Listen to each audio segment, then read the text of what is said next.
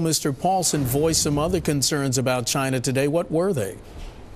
Well, I think, Mark, Hank Paulson's primary concern is more or less what you heard right there, which is that the country stands in danger of being overwhelmed by the pace of its own growth.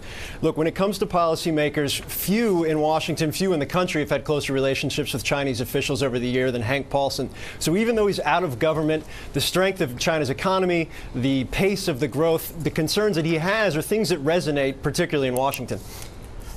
Phil, Paulson has long advocated for the United States to do everything in its power to maintain a strong relationship with China. What was his message today? You know, he had an interesting perspective. Speaking to the audience today, he actually took some questions, and somebody asked him about North Korea and the escalation in tensions that we've seen over the last couple weeks there. He actually used that as a way to magnify the importance of the relationship with China. His point basically is this: very few things in the world get worse if China and the U.S. strengthen their relationship. Obviously, China's role in the region, its role with what's going on in North Korea right now is very important, and Paulson pointed to North Korea and said, look, this is an instance right here where if the U.S. has stronger ties with China, things will obviously be for the better, not for the worse. Phil, few days go by where cybersecurity and its relationship to China isn't mentioned by lawmakers here in the U.S. What were Mr. Paulson's views on how to combat the cyber attacks on U.S. soil?